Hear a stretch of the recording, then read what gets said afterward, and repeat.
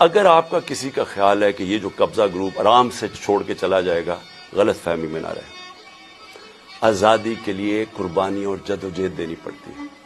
آپ سب کو میں آج کہہ رہا ہوں کہ میں تو تیار ہوں، میں اس کو جہاد سمجھتا ہوں، میں پالیٹکس نہیں سمجھتا۔ میں تو تیار ہوں، جو اللہ نے فیصلہ کرنا ہے، لیکن میں تو یہیں بیٹھا رہوں گا زمان پاک میں۔ جس نے آنا ہے یہاں آگے مار دے، لیکن میں یہاں سے نہیں جانے لگا۔ اور میں آپ سب کو یہ میسج دینا چاہتا ہوں، دیکھیں یہ خوف جو ہے نا، یہ پھیلایا جا رہا ہے، یہ لوگوں کو پکڑ دھکڑ اور یہ اور وہ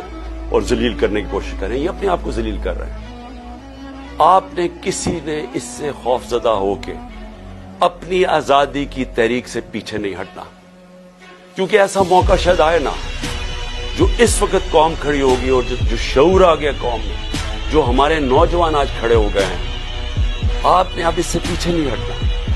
یہ تحریک ادھر پہنچے گی جدھر ہم اپنے آپ کو ایسے ایک وہ پاکستان بنے گا جدھر ہمیں کوئی خوف نہیں ہوگا کہ ہمارے اوپر کوئی ظلم کر سکے، جدھر ہمیں ساروں کو، کمزور سے کمزور کو پتا ہوگا